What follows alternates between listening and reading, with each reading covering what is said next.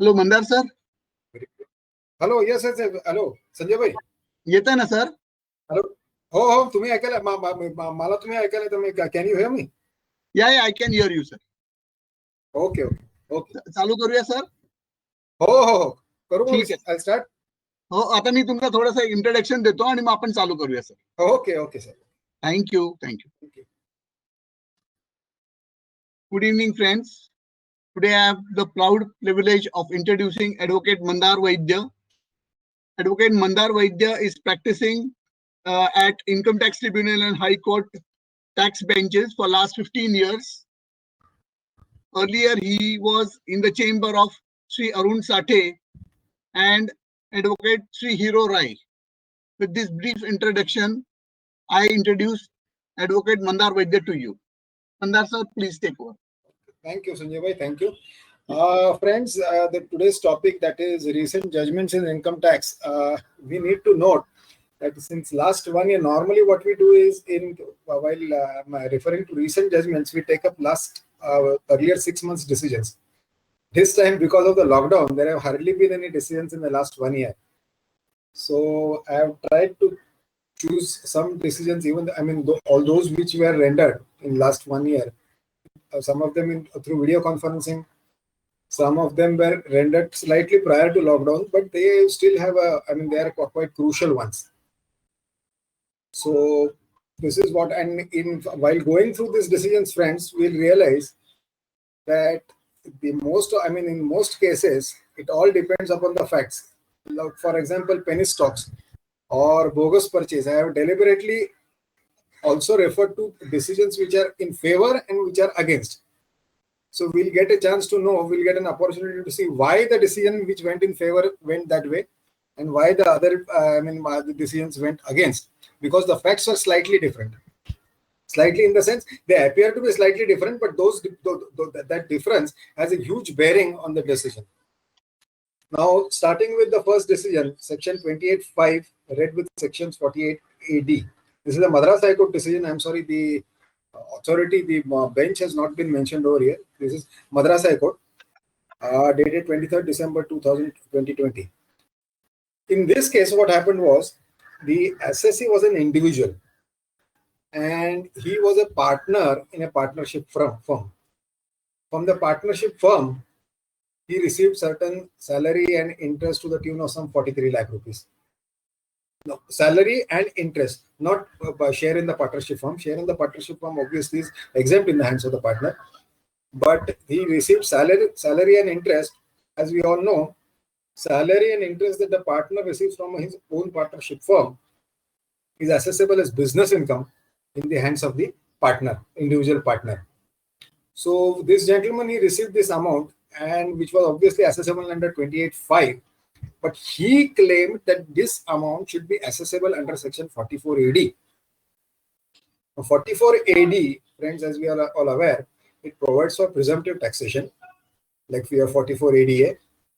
44AD says if you are an eligible assessee, your income will be 8% of the gross turnover, provided, of course, you fall within the eligibility criteria, that is, the turnover should be less than 2 crores, and so on.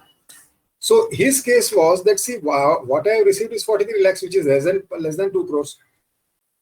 So I should be entitled to claim it under 44ADA. So his case was that out of that 43 lakhs that he has received, only 8% of that is to be taxed. That was his case. So Madras High Court held no, that cannot be done. The reason being, they relied on the Institute of Chartered Accountants definition of turnover. They said turnover means the sales turnover, the amount that you have received from sales. And it is not an assessee, this particular assessee, who has done the business. The business has been done by the firm.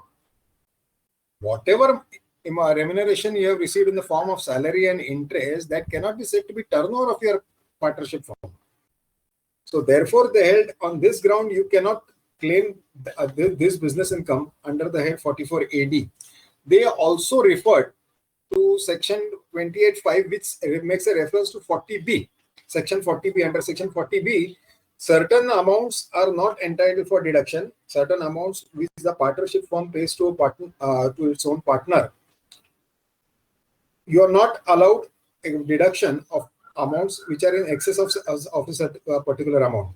For example, interest payment beyond 12% is not allowed. You are not allowed to pay a partner interest more than 12%. So they said that, see, 28.5 refers only to 40B, and under 44 AD, the assessee himself should be having that turnover. They also made a reference to 44 AD subsection 3, which says that all the other expenditures that you are otherwise entitled to claim under business income, that is your depreciation, your expenses, all will be presumed to have been already granted.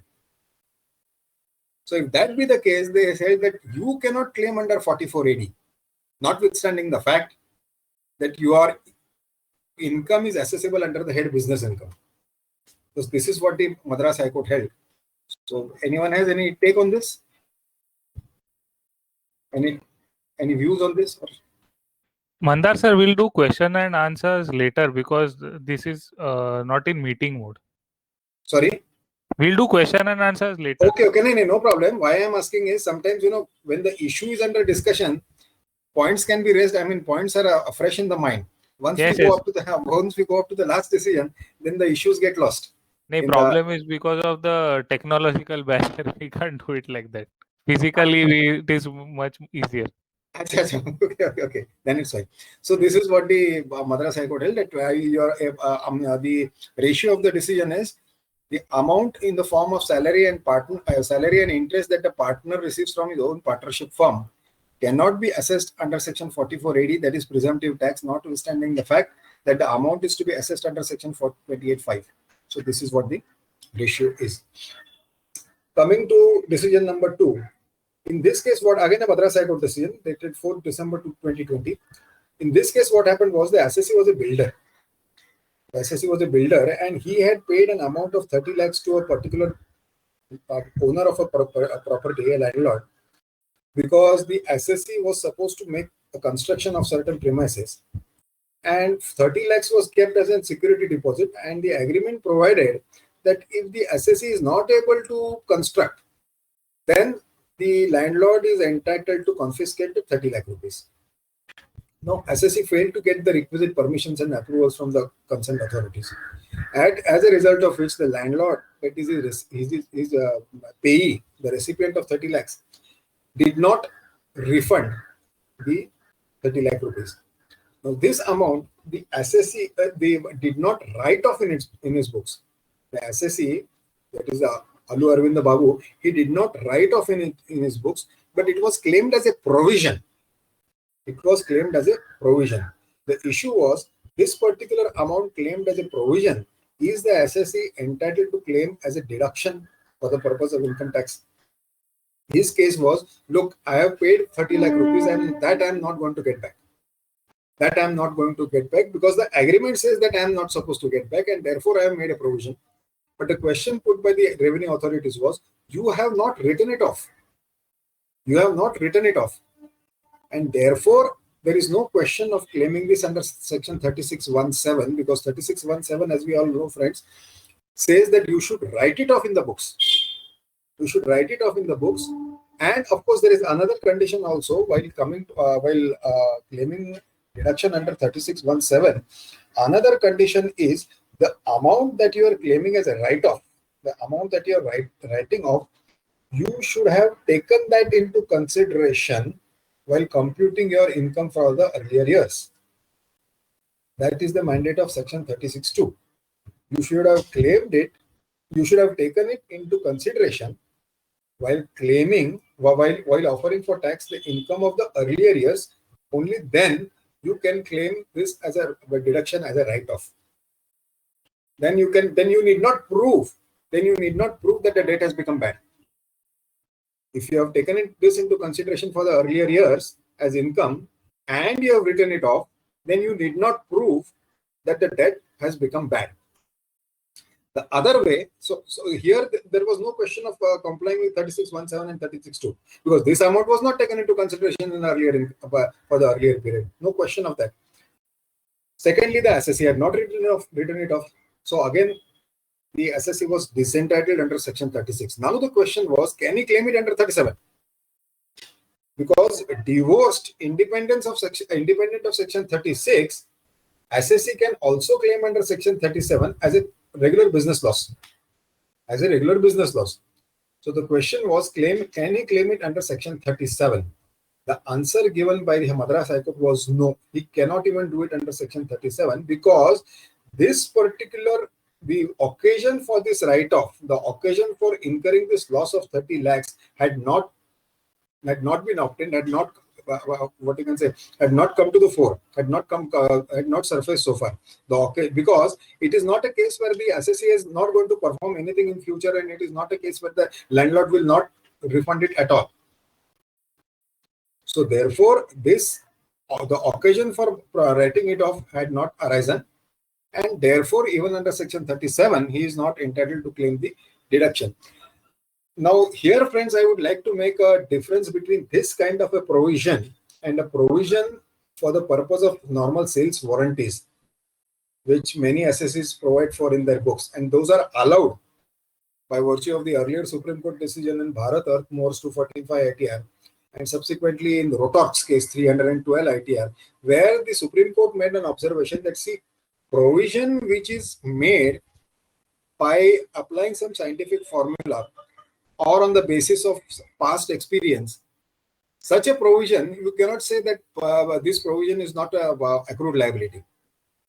For example, if assessee may be having, say, sales turnover of 10 crores, and given the past experience, the warranties that the assessee has to honor maybe as a 1% of the turnover, 1% of the sales turnover, and therefore he makes a provision of warranty of 10 lakhs. That is allowed because it is arrived at on the basis of certain scientific formula and on the basis of past experience. So you can say that that particular amount crystallizes, accrues as an expenditure in that particular year only. But that was not the case over here. That was not the case over here. However, Madras High Court made one observation. This particular 30 lakh rupees that the assessee had paid, the CIT appeals had disallowed, saying that this is a capital expenditure. This is a capital expenditure. Madras High Court said, no, this is not a capital expenditure in the hands of a builder, because the assessee herein was a builder. The assessee herein was a builder, and therefore in the hands of a builder, this is a normal business expenditure, no doubt about it. In a person like you and me, of course, normal. I mean, people who are not builders, not developers, their businesses in whose hands real estate is not a stock in trade. In their case, yes, in their case, it will be a capital expenditure. But here they said that yes, in the hands of a builder, it is definitely a revenue loss. So coming to third decision, 292 BB. So friends, 292 BB provides that earlier, I mean, prior to section 292 BB, what used to happen was assessees used to participate in all the proceedings and then turn around and they said, see, I didn't receive a particular notice. See, I didn't receive 148 notice, or I did not receive 142 notice, or I did not receive 143 notice, and so on. So therefore, a provision was made by section 292 BB by Finance Act 2008 that if you have participated in the proceedings, or you have entered appearance in the proceedings, then you will not be heard to say that I did not receive any notice. Then you will not be entitled to say that I did not receive any notice. But here in this decision, the Supreme Court has held in favor of the assessee, notwithstanding the existence of section 292 BB. Why? On what? I'll just read out the particular section. Section says, notice deemed to be valid in certain circumstances. It says, where an assessee has appeared in any proceeding or cooperated in any inquiry relating to an assessment or reassessment, it shall be deemed that any notice under any provision of this act which is required to be served upon him has been duly served upon him in time in accordance with the provisions of this act, and such assessee shall be precluded from taking any objection in any proceeding or inquiry under this act that the notice was either not served upon him or not served in time. And there is a proviso which says, provided nothing contained in this section shall apply where the assessee has raised such objection before the completion of such assessment or reassessment. So therefore, before completing the assessment or reassessment, you have made your submission that, see, I did not receive any notice. Then of course, then you don't lose your right to raise your objection. But in this case, what happened was, notice under 143.2 was not issued at all. Notice under 143, it was not a case where 143.2 notice was issued but issued late, or it was not served properly, or there was some problem in the names, some errors in names, some error in assessment year, nothing of that sort. It was not denied by the department that notice under section 143.2 was not issued at all. If that be the case, the matter was directly covered by the Supreme Court's decision in Blue Moon Hotels. As we are all aware, in Blue Moon Hotels, the Supreme Court held that if 143.2 notice is not issued, then the assessment on the basis of such assessment without notice under 143.2 notice is bad and liable to be struck off. So Supreme Court said that if 143.2 notice is not issued, then obviously assessment is bad. But then revenue relied on 292BB. What about 292BB? Supreme Court held that, see, 292BB saves only such notices which were actually issued, but there were certain infirmities. It was issued, but there were certain infirmities. Then the assessee cannot say that I did not receive the notice. But here, the notice was not issued at all in the first place. The notice was not issued at all in the first place. The Supreme Court held that 292BB will not save such an assessment.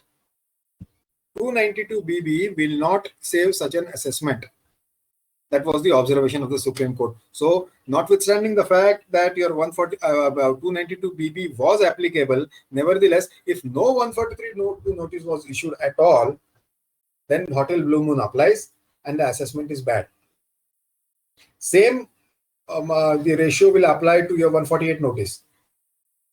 So even once say 148 notice is defective, 148 notice is served by way of affixture.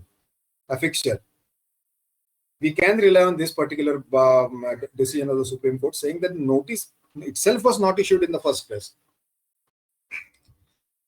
So Supreme Court's observation is, for section 292BB to apply, the notice must have emanated from the department. It is only the infirmities in the manner of service of notice that the section seeks to cure. The section is not intended to cure complete absence of notice itself. So complete absence of notice, 292BB will not come to your rescue.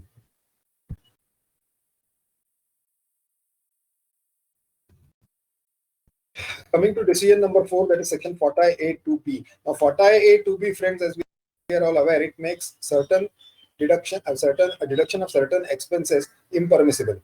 If payment has been made to a related party, then certain expenditure, expenditure to a certain extent is ineligible for deduction. Here, the restriction is on the payer.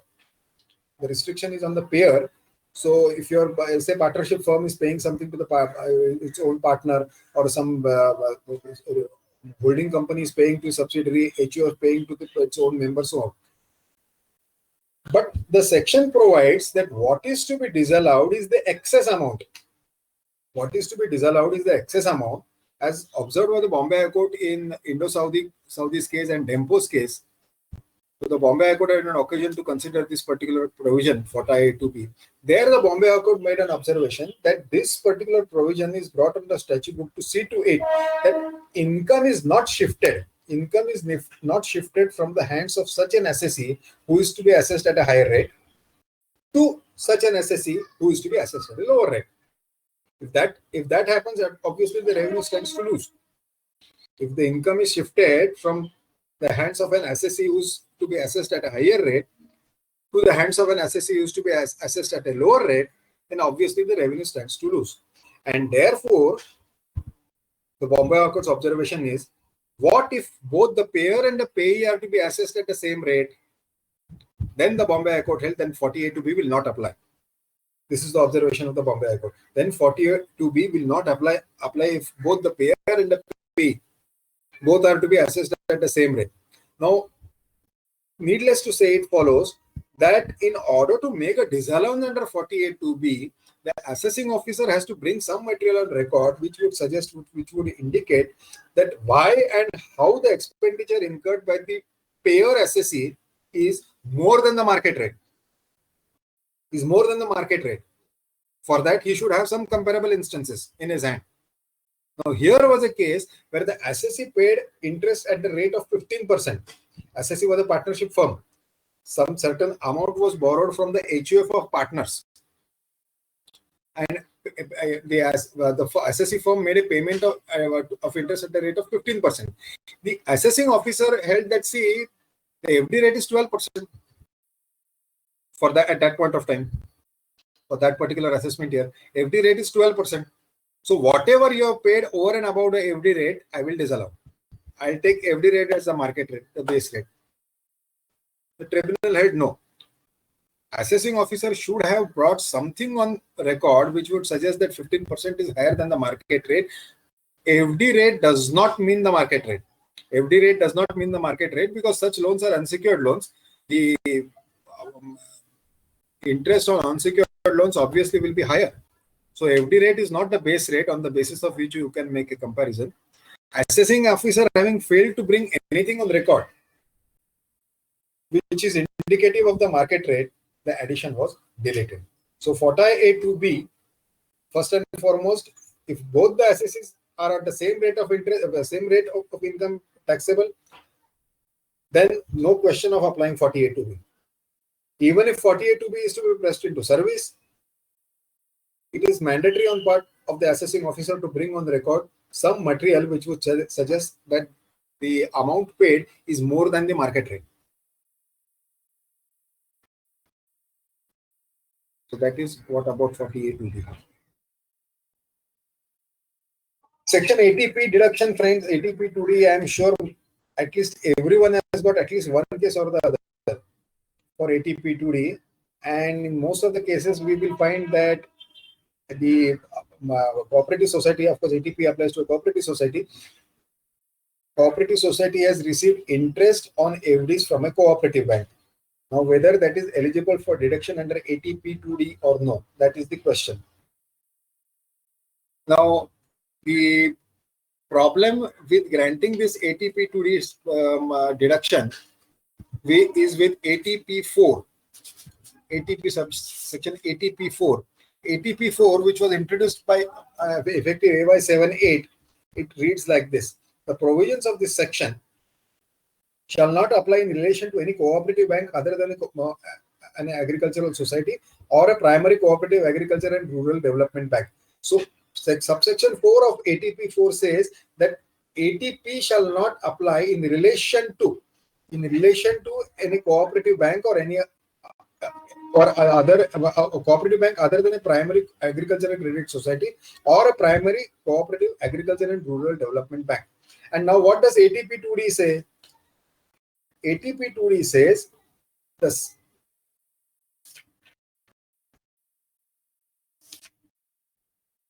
any income in respect of any income by way of interest or dividends derived by a cooperative society from its investments with any other cooperative society.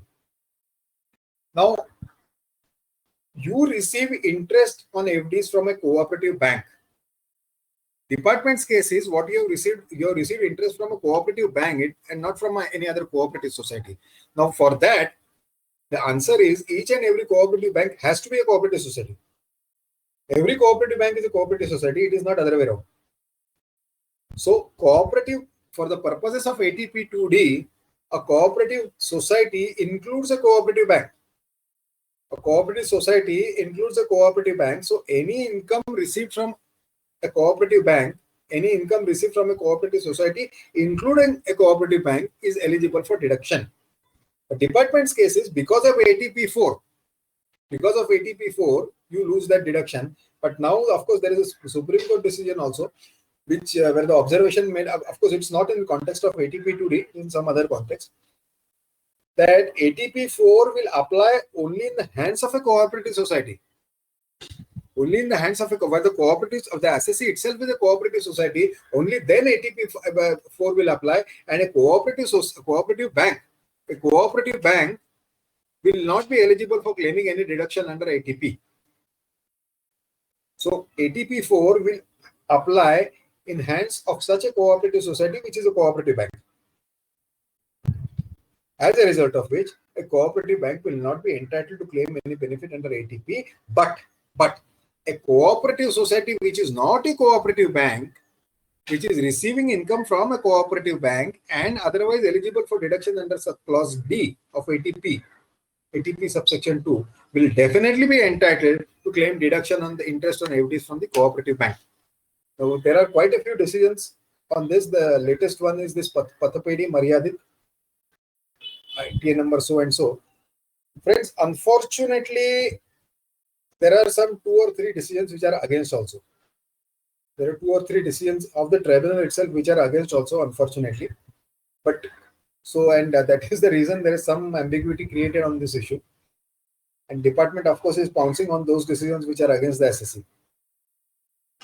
So, but a majority of the decisions are in favor of the SSC, stating that there is a difference.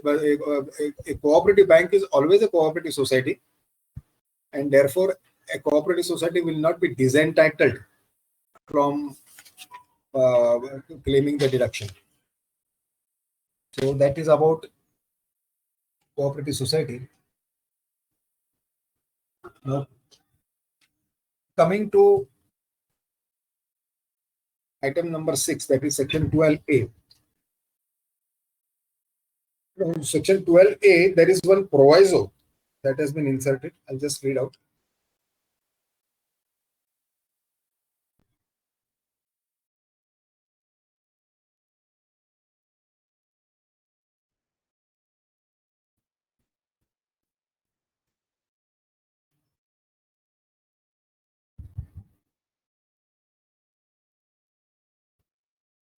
The proviso reads like this. Provided that when an application for registration of a trust or institution is made after the expiry of the aforesaid period, the provisions of subsection 11 and 12 will apply in relation to such income or income of such trust or institution from the date of creation of the trust or the establishment of the institution if the principal commissioner or the commissioner is, for reasons to be recorded in writing, satisfied that the person in the receipt of the income was prevented from making the application before the expiry of the period aforesaid for sufficient reasons. So what the proviso says is, if you have made an application and you receive your approval later, you will be entitled to claim the section 11 benefit for the year for which you made the application. Now what the tribunal says is, this proviso has to be given a retrospective effect, so it will be applicable for all the pending assessments. It will be applicable for all the pending assessments. This is a what you can say, a boost for the charitable trusts.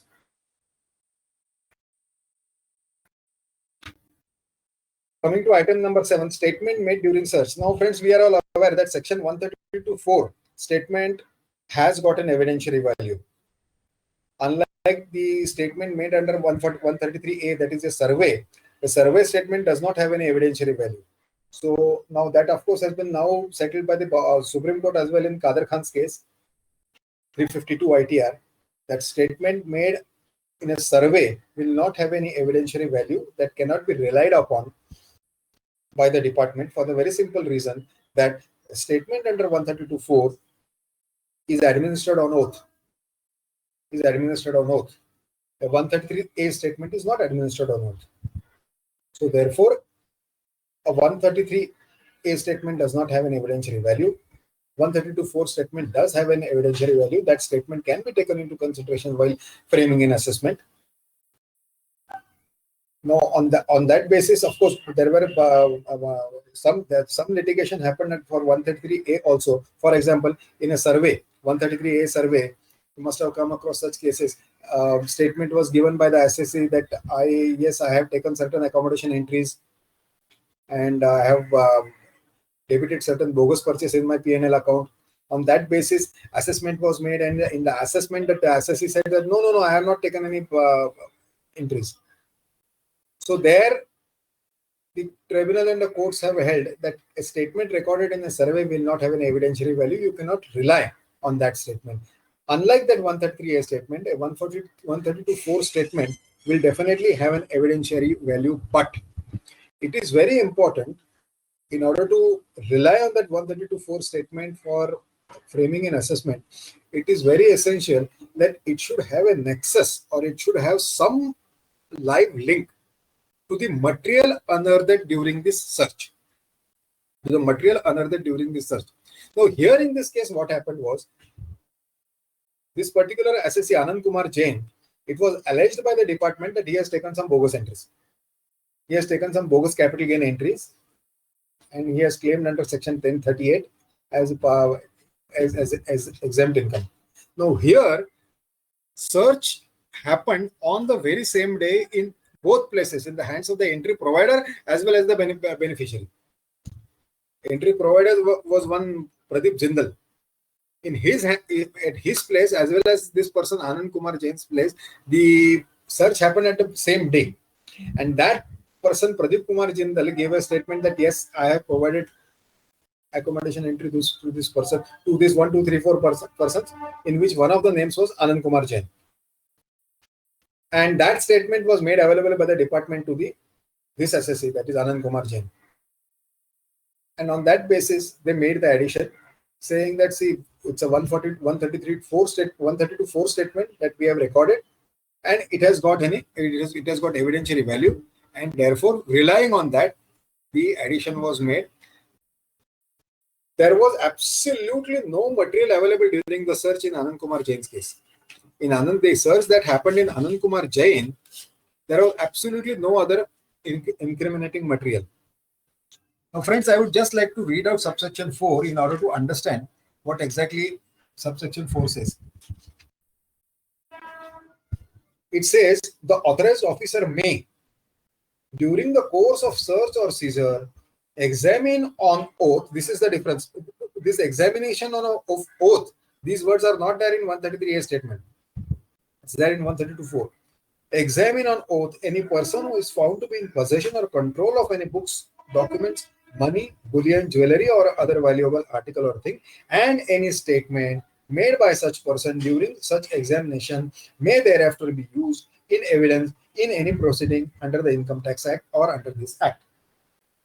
So this entry provider, that is your Anand Kumar Jindal, Pradeep Kumar Jindal, he made a statement that I have given entry to this person. In the search of Anand Kumar Jain, no incriminating material was found. So department's case was that we are relying on this 132.4 statement of Jindal. Assessee contended that, look, you have not given me any opportunity of cross-examining that person. You have simply provided me with this statement. And in my search, you have not found anything, any material which would even remotely suggest that I have taken some accommodation entries. Matter went to the tribunal. Tribunal held that, see, the 132.4 statement on which reliance has been placed by the department, that statement was recorded in the proceeding in the hands of the entry provider. So that 132.4 statement was not given by Anand Kumar Jain himself. That was given by somebody else. That was given by the entry provider. 132.4 statement. So you cannot rely on that statement to make addition in Anand Kumar Jain's hands if that statement has absolutely no link with the material unearthed during the search. That statement has got absolutely no link with the material unearthed during the search. So therefore, you cannot rely solely on that statement, because there is nothing, absolutely nothing on record, nothing found in the search which would even remotely corroborate with that statement. Supposing the department had found something in the search of Anand Kumar Jain which would suggest, with some documents which would suggest that he had taken some entries, then that statement, 132.4 statement of Mr. Pradeep Kumar Jindal, can be a corroborative evidence. can be a corroborative evidence. Here that was not the case. And Delhi High Court also observed that from this 132(4) statement of the entry provider, because you have not found anything in the beneficiary's hands, you cannot make an addition. But if the department's case is on the basis of the 132(4) statement of the entry provider, it suggests that some other person's income has escaped. You should have done that assessment. You should have done the assessment of Anand Kumar Jain under 153C. You should have done it under 153C and not under 153A. Whereas Anand Kumar Jain's assessment was under 153A. Under 153C, there are certain conditions which you are required to fulfill. For example, the all the material that has been recorded has to be handed over to the assessing officer of the 153C of assessing. So having not done that, you cannot now say in a 153A assessment of this so-called beneficiary that we can rely on that statement of the entry provider and make addition in your hands. So the addition was deleted. The ratio is 132(4) statement made in a search has to have link with the material unearthed during the search. And now it is settled position that assessment under 153A and 153C, they all should have a link with the material unearthed. Whatever material you have found during the search, which would indicate, which would show that there is some undisclosed income of the person searched. If no material is found, original assessments stand undisturbed. If material is found, addition only to the extent of the material under section 153A or 153C for that purpose. That, of course, that was laid down even by Bombay High Court in your Continental Warehousing and Murli Agro and all these decisions. They have been referred over here in Anand Kumar Jain's case. So there also, Bombay High Court has held that addition under, for the purpose of addition under 153A, some undisclosed material, some material which would indicate undisclosed income has to be found during the search. Has to be found during the search. So that takes care of item number 7. Now, here is a case of bogus share application money. Delhi Tribunal, sometimes I choose Delhi tribunal decisions on purpose, because in tribunal decisions what happens is all the facts are laid down. Whereas when you refer to only High Court decisions or Supreme Court decisions, is only question of law. Facts get closed. So in case of tribunal decisions, how the facts are analyzed and what facts are very relevant and what are not relevant, that we find only in tribunal decisions, and therefore for such matters I choose tribunal decisions. So here was a case where the assessee received share application money of some 50 lakh rupees at a huge premium of rupees 90 per share. Now, here what happened was, assessee provided addresses of the share application money had come from other companies. Share application money had come from other companies. So the assessee provided addresses of those companies. Assessing officer issued notices to those companies. There was no reply. So assessing officer immediately deputed inspector to those addresses from the letters had come. Immediately deputed the inspector, and the inspector reported, see, there is absolutely no company by this name on this address. Assessing officer managed to get the bank accounts of those investor companies, so-called investor companies, and it was found that huge amounts were deposited in their bank accounts, and immediately thereafter checks were issued for the share application money. It is very, very obvious that the amounts were, the entire thing was absolutely framed, and on this basis, the tribunal held that no, this is all bogus. The assessing officer issued notices to the so-called investor companies. There were no replies. The bank accounts of the so-called investor companies showed that huge amounts had come to their account. Assessee here also produced the income tax returns of those companies. Income tax returns of those so-called companies, which showed very meager income. 2,000 rupees and 5,000 rupees. So the tribunal held that if that be the case, I mean, give us one good reason why these companies should make investment in this company, in this investee company. And some of those investor companies were from Kolkata. Again, raising the eyebrows. So here the facts, the differentiating facts now on the basis of almost the identical facts, with an exception to one or two most crucial facts, in other cases, decisions have come in favor. But for what reason? We will see that. In those cases, what had happened was, assessing officer had not taken any efforts to find out how exactly the bank accounts of the investor companies have operated. There was absolutely no efforts taken by the assessing officer, and the assessing officer simply presumed that this must be bogus. That is not so. The assessing officer is expected to take certain efforts. For example, this Gagan Trading Company, Bombay High Court, there also addition was made under Section 68.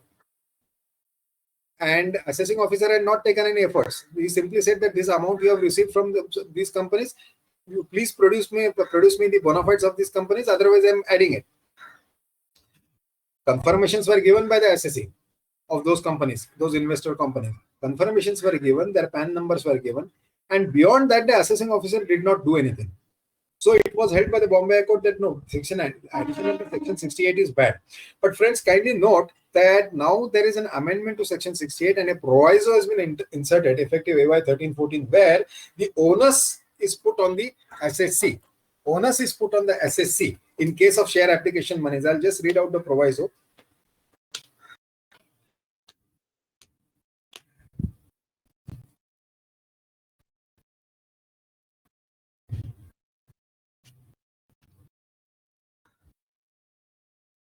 So the proviso reads, provided that where the SSC is a company, not being a company in which the public are substantially interested, and the sum so credited consists of share application money, share capital, share premium, or any such amount by whatever name called. So it includes your share application money, share premium, share capital. Any explanation offered by such SSC company, that is the investee SSC company, in whose hands the addition under Section 68 is to be contemplated. Such SSC company shall not be deemed, the explanation offered by such SSC company shall not be deemed to be satisfactory unless the person being a resident in whose name such credit is recorded in the books also offers an explanation about nature and source of such sum so credited, and such explanation, in the opinion of the assessing officer, is to be satisfactory. So now, if you received any share application money or share premium, you will also have to prove source of source, which is normally not the case in Section 68. We must have, seen so many decisions earlier, old decisions of Section 68, that the assessee need not prove source of source. All that the assessee needs to prove is the source. The rationale behind this is that not requiring the assessee to prove the source of sources. Supposing I have taken some money from Mihir. And once I produce the letter of confirmation from Mihir saying that yes, I gave money to Mandar, then my onus is discharged. Even let us presume that Mihir is not filing any income tax return, and the amount that he has parked with me, the amount that he has given me is out of his undisclosed sources. Even then, it becomes his income. It doesn't become my income. See, suppose I go to some creditor and I ask him for some money, it is no part of my duty, my obligation to ask him that the money that you are going to give me, is it out of tax suffered income? It's no part of my obligation to ask that. So therefore, the courts have held that, see, you cannot expect the assessee to prove source of source. But an exception has now been made by this proviso, that if you are receiving some share application money or share premium or share capital, then you will also have to prove source of source.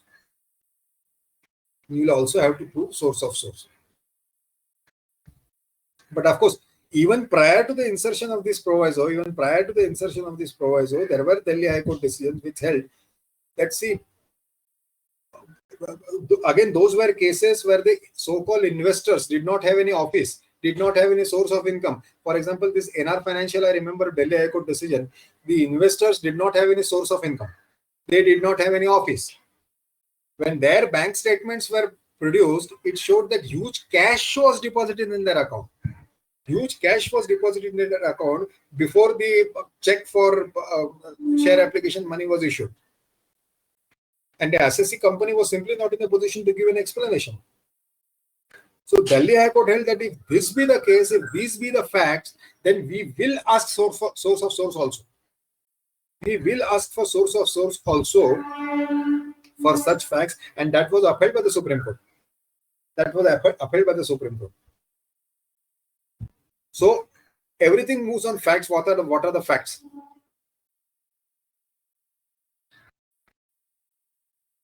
Coming to these bogus share transactions,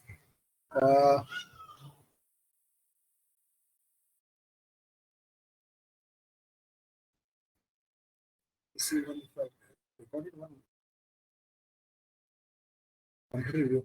That is in the penny stocks case.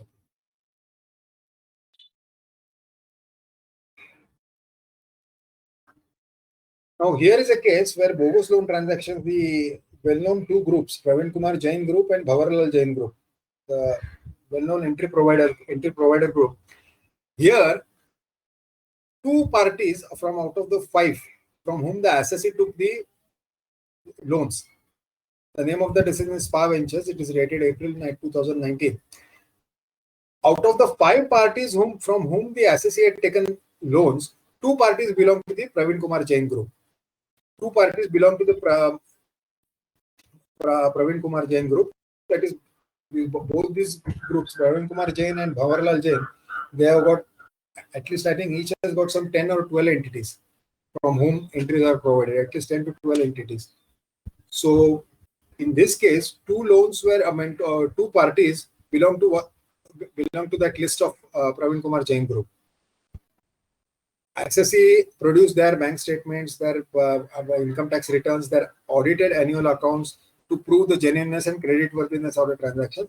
And the assessing officer also issued notices under 133(6) to all these 5 parties. Notice were not served to 2 parties. Now, Praveen Kumar Jain in this particular case had not in his this case, in his own case, had given a statement that yes, he is engaged in issuing maybe accommodation entries through his entities without doing any real business. But his assessee's name was nowhere featuring in the statement of Praveen Kumar Jain. This particular assessee's name was nowhere featuring. So therefore, the assessee contended that, look, I have produced everything, the bank statements, the ITRs, the audited annual reports. Praveen Kumar Jain's statement also does not take my name. Praveen Kumar's statement also does not take my name. Then how can you make the addition in my name? So here, unfortunately, as I said, the difference in facts is here it was held to be a genuine case. The addition was deleted. But according to me, the error on part of the AO was AO did not pursue the matter further. That after notices were not responded to, that like in the earlier case that we saw, the assessing officer immediately deputed inspector to find out from the addresses what is the status of those so-called share applicants. He immediately deputed an inspector. Here that did not happen, and as an observation of the tribunal, that the assessing officer did not pursue the matter further. As a result of which, compared to that, the evidence provided by the assessee was overwhelming. He produced ITRs, he produced the account statements, he produced the bank statements of the creditors, and also contended that Praveen Kumar Jain has not taken my name. So therefore, it was held that if that be the case, the addition made by the AO is purely on the basis of conjectures, surmises and conjectures. That is on guesswork basis. That if 2 parties are the same from whom which are featuring the list of Praveen Kumar Jain, then this must be bogus. No, that is not sufficient. That is not sufficient. The assessing officer is expected to undertake some efforts before making the addition.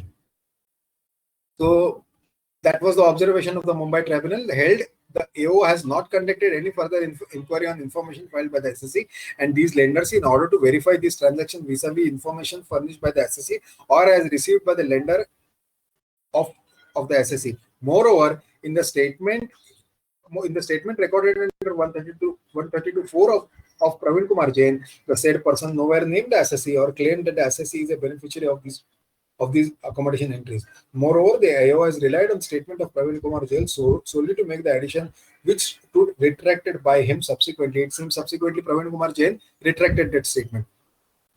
But here I remember there is one decision of the Delhi High Court, I think Bholanath Textiles. The name of the decision is Bholanath Textiles, where the Delhi High Court made an observation that the assessing officer is expected to take an objective view.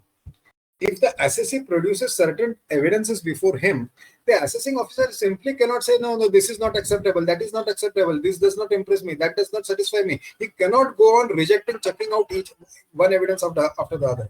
He has to give reasons. He has to take an objective view that why this particular evidence is not acceptable and why this is partly acceptable. That reasoning the assessing officer is expected to give before he rejects the evidence of the SSE. So here also the SSE submitted the income tax returns, the audited statements of the the creditors, the returns, the bank statements, everything. Now, why that is not relevant evidence according to the assessing officer? That reasoning was expected. Having not done that, the addition was deleted. If we remember, under 147, there are old decisions in Lakhmani Mewaldas of the Supreme Court, where on the basis of a certain person that I give accommodation entries.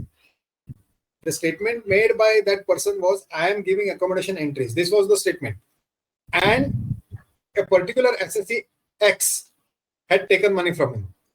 Particular SSE X had taken money from him, but that creditor had not taken the name of X. He had simply said that I am in the business of accommodation entries. But X's name was not taken. So on the basis of this entry provider statement, the assessing officer issued notice under section 148. Under 148. That was struck down and matter is the Supreme Court. And Supreme Court also held that in Lakhmani Mewaldas case, 103 ITR, Supreme Court also held that unless the assessee's name is mentioned, only when the assessee's name is mentioned by the entry provider can you say that you have reasons to believe that income has escaped assessment. You have reasons to believe that income has escaped assessment. If the name has not been mentioned by the entry provider, then you have got no reason. Then you have got only reason to suspect. And as we all are aware, reasons to suspect will not clothe the authority with the jurisdiction. There has to be reasons to believe. Now coming to bogus purchases, the decision of the Bombay High Court, by and large, this is the decision that even the department has started accepting now. Mohammad Haji Adam, we even prior to this decision, we were, it was almost a settled position that in bogus purchases, entire amount cannot be added. Entire amount cannot be added. By following Smith's case of the Gujarat High Court, 12.5% was added. Normally, 12.5% used to get added for bogus purchases. Entire bogus purchase was not getting added. In Mohammad Haji Adam's case, the Bombay High Court held that you make an addition only of the difference between the GP on sales from the undisputed purchases and GP on fictitious purchases. Say GP on sales from undisputed purchases is say 10%, then and the GP on fictitious percentage is say 8%, you make the addition of 2%. Then only 2% deserves to be added. This was what Bombay High Court did in Mohammad Haji Adam's case. Even after the decision of the Supreme Court in, I think, NH Securities, where the Gujarat High Court made addition of 100% and SLP against that was dismissed. SLP against that was dismissed. On that basis, the department was contending that in bogus purchase addition should be 100%.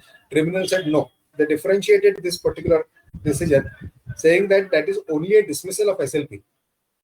That is only a dismissal of SLP, and in law, dismissal of SLP does not mean anything. It is not an observation of the Supreme Court. It is not a law laid down by the Supreme Court. Only thing that is, by dismissing an SLP in limine, all that the Supreme Court is saying is this particular case does not deserve our intervention. It does not say, it does not mean that there is no merit in the case of the appellate. So even after the dismissal of the SLP by the Supreme Court in NR Industries, the name of the decision is, the tribunal is still following, even the high courts are still following 12.5%.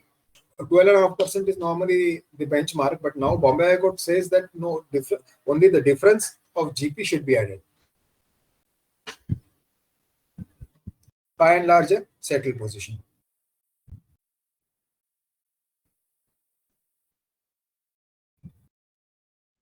Now coming to penny stocks, a very interesting decision of the Delhi High Court. Now I remember this is the very recent decision, 15 January 2021. It is gone in favor of the SSE. Now I remember very clearly from assessment year 14-15 onwards, prior to assessment year 14-15, penny stock addition was happening on the basis of specific information.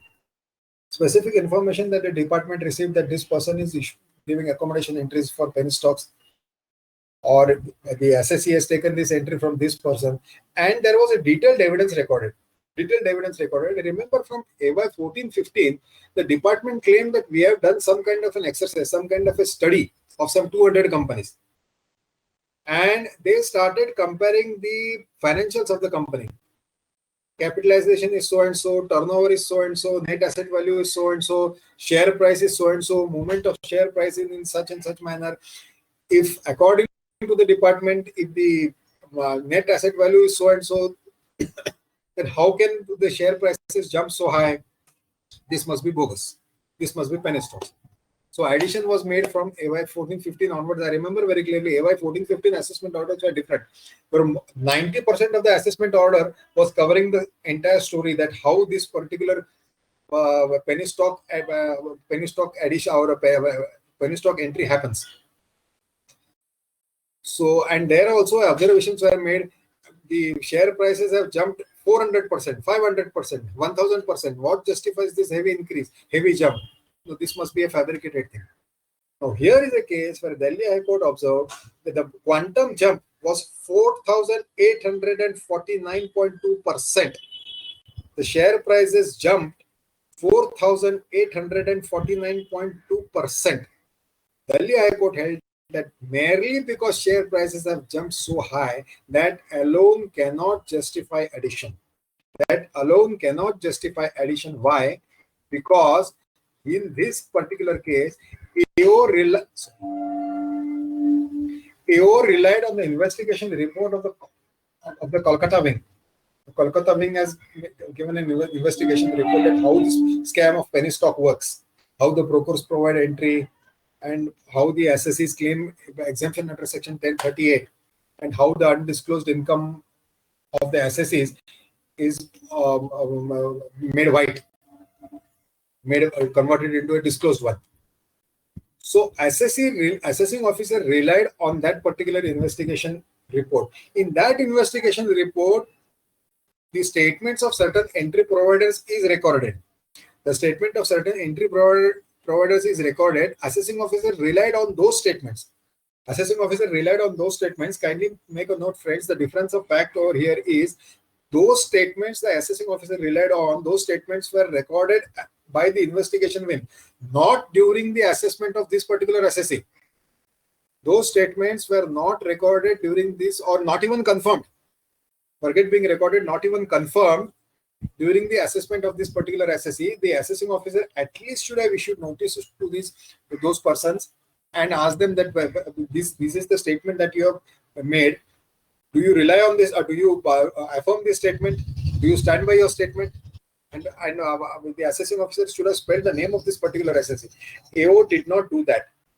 He simply relied heavily on the investigation wing. Now see how the efforts of the assessing officer make a difference in the case. AO relied too heavily on the investigation report. AO, without conducting any inquiry from the relevant parties or independent source of evidence, but has merely relied upon the statements recorded by the investigation wing, as well as information received from the investigation wing. Now here, Very often it so happens that the department says that, see, investigation has been done by the investigation department. So I am entitled to rely on that particular evidence. That's a ready-made evidence. I am entitled to rely. So it's like saying that if in a murder case there are 10 accused, and if one is convicted of murder, immediately all other 9 automatically get convicted without any independent trial. It is as good as saying that. Obviously, that cannot happen. In order to convict someone, in order to hold someone responsible, in order to make addition, independent inquiry has to be made. Independent evidence has to be recorded in the assessment proceedings. That was not done over here. Without conducting any inquiry from the relevant parties or independent source or evidence, but has merely relied upon the statement the report of the investigation department. AO did not conduct any independent and separate inquiry in the case of the SSC. Even the statement recorded by the investigation wing has not been confirmed or corroborated by the person during the assessment proceedings. What I was saying, the AO should have at least written to those persons who made those statements. That, do you confirm these statements? Nothing was done. Now here, friends, the assessing officer issued notice to the brokers of the SSC. And they did not reply. But again, the assessing officer did not pursue the matter further, and nothing was brought on record which would suggest that the SEBI had disqualified the brokers. Nothing was brought on record to suggest that the SEBI had disqualified those brokers. So in that case, the tribunal held that if that be the case, you cannot rely on some other evidence, that is evidence of your investigation wing. Your investigation wing evidence can form your starting point. It can be your base, but then on the basis of that base, you in the sense the assessing officer, you have to build your case on the basis of independent evidence. How can you simply borrow the evidence and say that on the basis of that evidence I am convicting you? Otherwise, what is the point in having assessment proceedings? So here, this decision is of Krishna Devi, Delhi High Court. The most important observation is merely because there is a quantum jump of 4849%, it does not justify addition. Merely on this basis. So friends, again, as I said, I have deliberately kept two decisions, one in favor and one in against wherever possible. So here it's a Delhi tribunal decision which has gone against the SSC. There again, there was a sharp rise in the prices of shares. And observation of the Delhi tribunal is there is absolutely nothing which will justify such a huge rise in prices. But here, as we will see, friends, there was one difference in the effort taken by the assessing officer. Assessee failed to substantiate sharp rise in prices of shares commensurate with the financials. Investigation carried out by investigation wing of the department revealed that share price of the company was manipulated by a group of brokers, directors of the company, to generate bogus share capital. Assessee failed to justify that transaction leading to claim of long-term capital gain was genuine transaction, and also failed to justify manifold increase. It was found that the initial investment in the company of unknown credential and subsequent jump in the share prices of such a company could not be accidental or windfall, but could be possible because of manipulation in share prices. In this particular case, the AO undertook some efforts and brought on record some material which suggested that the group of brokers that through whom the assessee was operating, that group was held to be involved in bogus accommodation entries. In bogus accommodation, that group as well as directors, there was some evidence with the assessee, some evidence relating to this particular assessee only. Unlike in the earlier case. And in the earlier case, the assessing officer did not have any material pertaining to that particular assessee whose assessment proceedings were in progress. Whereas here, the evidence available with the AO was pertaining specifically to this particular assessee, and therefore that corroborated with that, accompanied with this fact that there was a absolute heavy share price rise, remarkable share price rise, corroborating with this particular evidence, it was held that this has to be held as bogus. So the upshot is, if a department wants to justify an addition, evidence should be of that particular assessee. It cannot be an imported ready-made evidence. So this is the difference between the earlier case and this particular case.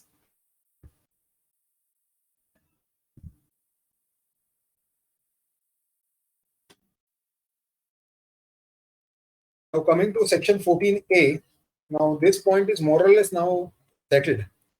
While computing your amount of disallowance, applying rule 8D, should you be taking into consideration investment which has not yielded exempt income?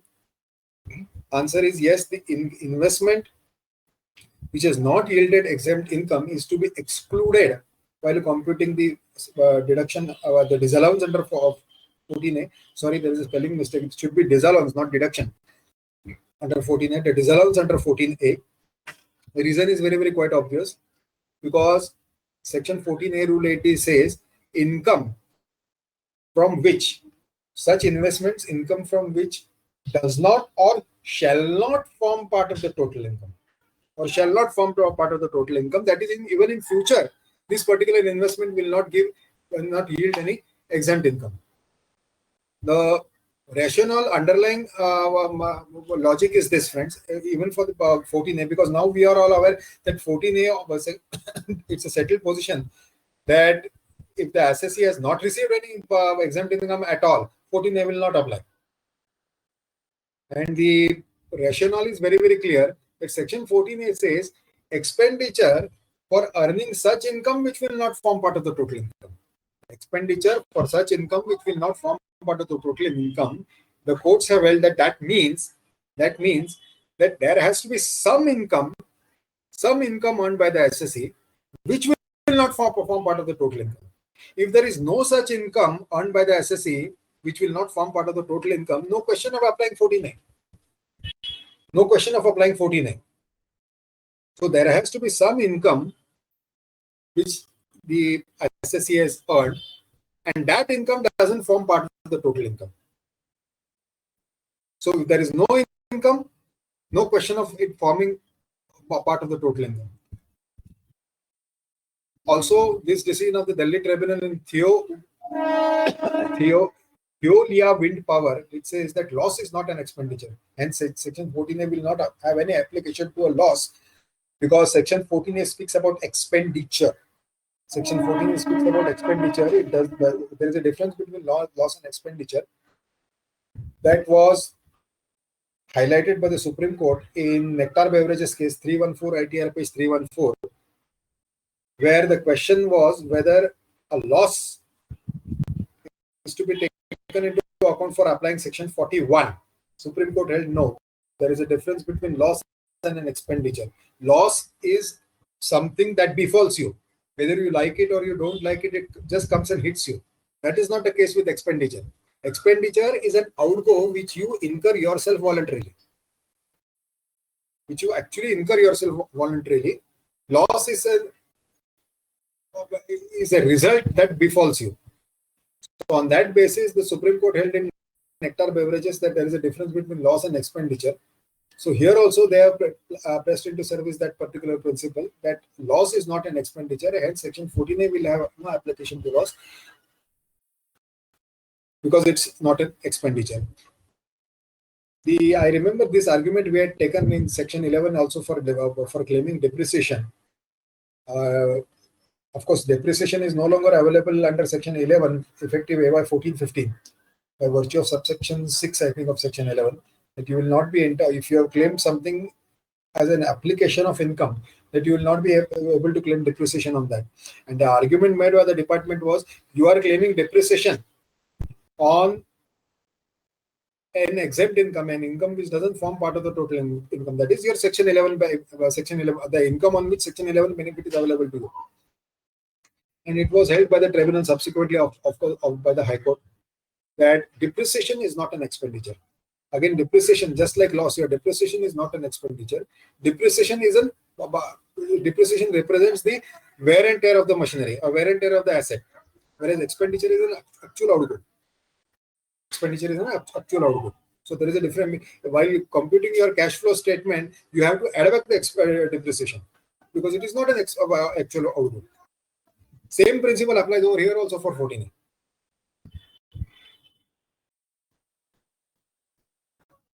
Then of course, if your securities, if you're holding your securities as stock in trade, will Section 14A apply? Now there, the argument is, I incur expenditure if I am a trader, dealer in shares and securities. But securities are my stock in trade. Then I incur expenditure not to earn dividend. It is to do my business of buying and selling securities. Dividend in such a case is only incidental. So therefore, if your securities are held as stock in trade, then the argument was then 14A will not apply. Now I remember in the Supreme Court in Maxop's case has also approved this particular principle. Maxop's case, of course, they have not said in so many words, but they have said that yes, with the assessee is a dealer in shares and securities. He has got there is substance in his argument that this expenditure is not incurred for the purpose of earning exempt income. Maxop Securities held that for the purpose of 14A, the argument of strategic investment will not apply. Otherwise, prior to that decision, the tribunal was holding that if I have invested in my own subsidiary company, I am a holding company, investment is made in my own subsidiary company, then you cannot say that this particular investment is for the purpose of earning exempt income. Here, the purpose of investment is a strategic investment to hold on to the business of the subsidiary. But that was negated by the Supreme Court. That you cannot stop 14A from applying merely because it's a strategic investment. But in as much as stock in trade is concerned, they held that yes, if the assessee is a dealer in shares and securities, then 14A should not apply. Again, by and large, a settled position that no disallowance where no exempt income. There are quite a few decisions now that if there is no exempt income, no question of making any disallowance. Also, as a logical corollary to this, disallowance will not exceed the exempt income.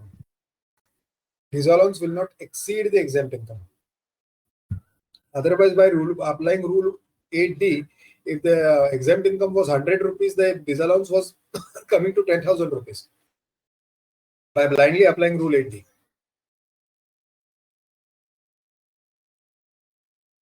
Now coming to number 13, depreciation. This was a case where a vehicle asset was in the name of the director assessee, and it was used for the purpose of the business of the company.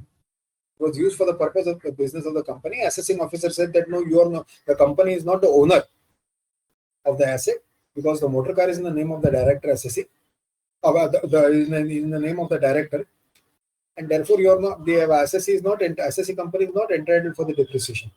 But it was found that the amount was paid by the company.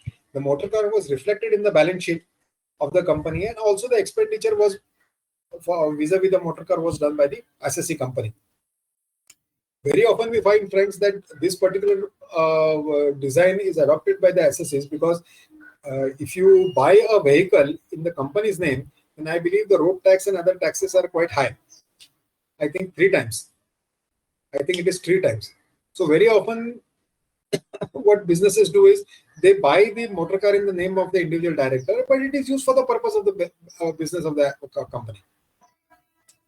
So there, the tribunal held that no, in that case, you cannot disallow the depreciation. You cannot disallow depreciation because it has come into the books of the company. Payment is made from the company accounts. So therefore, the assessee company is actually the de facto owner of the asset. A reference can also be made to the Bombay High Court decision in Dilip Sardar Singh, where also I am purposely making a reference to Bombay High Court. Bombay High Court also made the same observation that merely because it is in the name of the director, but used for the purpose of the company and reflected in the balance sheet of the company, then you cannot say that assessee is ineligible for depreciation. Therefore, in this particular case, the depreciation was actually allowed. But This particular principle, friends, can also work in reverse. Now, I remember one decision of the tribunal where it was a case where the assessee, the husband and wife, they were doctors. And in a partnership firm, they had started a hospital. The hospital was on the land owned by the husband and wife independently.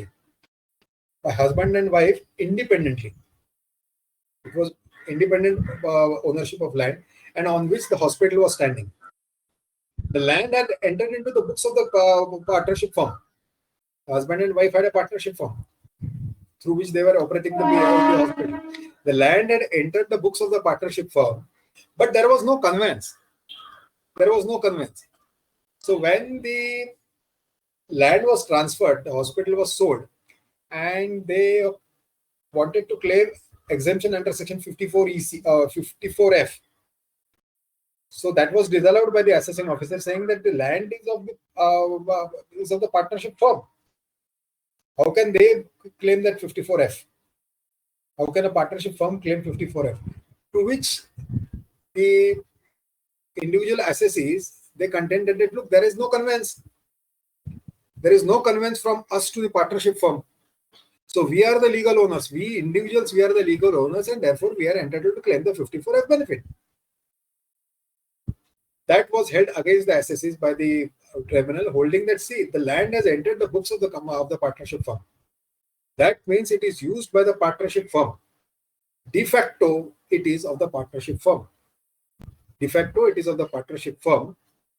They also relied on section 14 of the Partnership Act, where it says that an asset can be introduced in the partnership firm, and it need not be by way of a regular conveyance. That is section 14 of the partnership firm. So, any case, this principle here, it goes in favor of the assessee. Coming to point number 14, section 242A, whether it is a particular asset is a short term or a long term. Now, very often we come across cases where let's say I book a flat today, or book a flat in 2014 with a builder. He gives me an allotment letter. He gives me the possession in 2015. He gives me a possession in 2016, and immediately in 2017, I sell it. So is it a long term or a short term?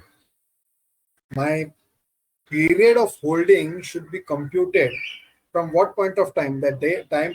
Point of time that I entered into an agreement with him and he gave me a date of allotment, or from the point of time I received the possession of the premises.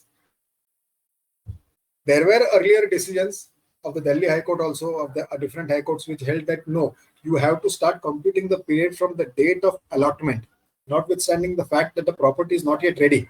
At the point of time when the date of allotment, the allotment letter happens, the property is not ready. The property has not come into existence. So even though the property has not come into existence, your allotment letter does give you some right. Some right in the property. Definitely there is some right in the property. So your holding period starts from that point of time. So this is a very good decision in favor of the assessee. Now, department's contention here is, unless and until the property comes into existence, how can you say that you are holding the property? There is no question of you holding the property unless and until the property comes into existence. So that is number one. And secondly, according to the department, the period of holding should be from the point of time you got possession of the premises. Because the department's case is, maybe you have some right from the date allotment letter's date, you have got some right. Fully agree. But that is not a full-fledged right. On possession, the right changes. The department's case is, on possession, the right changes. There is a change in the right. And therefore, your holding period should start from the point of possession. That was negated by the Bombay High Court, in this case CIT versus Vembu Vaidyanathan. And they held that holding period will commence from the date of allotment. So you will get your holding period. I mean, the asset will be treated as a long term in your hands. I believe for Delhi Development Authority, there is a CBDT circular which says that the allotment letter should be treated as point of time when you acquired the asset. But here, friends, I would like to point out one thing. There was earlier decision of the Bombay High Court which has not been referred over here. But there was an earlier decision of the Bombay High Court, Dr. Modi's case. No, sorry, not Dr. Modi. D.A. Irani, Bombay High Court observed. There also a similar thing happened. But unfortunately, what has happened in D.A. Irani, there was no appearance on behalf of the SSC. So the High Court did not have the benefit of hearing the arguments of the SSC from the SSC side. So what the Bombay High Court observed was, when under your Transfer of Property Act, when the SSC acquires a limited right in the property, and that limited right is later on converted into a full-fledged rights. SSC initially acquires some right, not a full right, a restricted right, but that restricted right is subsequently converted into a full-fledged rights. Then the earlier acquired restricted right, the restricted right acquired earlier gets sunk into the full-fledged rights. It gets sunk into the full-fledged right. The restricted right does not have any independent existence. D.A. Irani was a case I remember. Oh, sorry, not D.A. Irani. D.A. Irani. The identical case of the Karnataka High Court, identical decision of the Karnataka High Court also, that was Dr. Modi. That is the reason I am getting confused between the two names. Dr. Modi also, Karnataka High Court also held the same thing. Dr. Modi. And D.A. Irani's case, the facts before the Bombay High Court, the facts were like this. I am a tenant of a particular premises for 10 years. For 10 years. In 11th year, I buy out my landlord. I buy the property from the landlord. 12th year, I sell the property. Is it a long term or a short term? I was a tenant for 10 years. Had I transferred the tenancy of 10 years, no dispute that it would have been a long term. Absolutely no dispute that it would have been a long term. But instead of doing that, in the 11th year, I buy out my landlord. That is, I become a full-fledged owner of the property. 12th year, I sell out completely. Now, that was held to be a short term because the earlier tenancy right of 10 years, that is the restricted right, it was held, it gets sunk, it sinks into the full-fledged ownership rights. The earlier tenancy right, which was a limited right, sinks into full-fledged owner's rights, and therefore the holding period will start from the day I became an owner. But the SSC was not heard in that particular case. So the benefit of arguments from the SSC side, or whatever principles have been pressed into service in case of Vandu Vaidyanathan, saying that there is some right available to you on entering into an allotment. All those principles have not been taken into consideration. Now, coming to the last penalty under 271(1)(c), of course, now your penalty is under 270A, 270 subsection A, but it will apply AY 1718. So, prior the earlier assessment years will continue to be governed under 271(1)(c), and therefore I thought even 271(1)(c) decision has to be discussed. Now, here is a case where very often we find such cases. Very often we find cases where the assessee makes an error in claiming certain expenditure or claiming certain income as exempt. Here was a case was loss of STC, loss was not allowed by virtue of 94(7). Loss was not allowed as a deduction by virtue of 94(7). Nevertheless, it was claimed. When it was pointed out to the SSC. He accepted it. Now, this very often the assessing officer holds against us. holds against the SSE.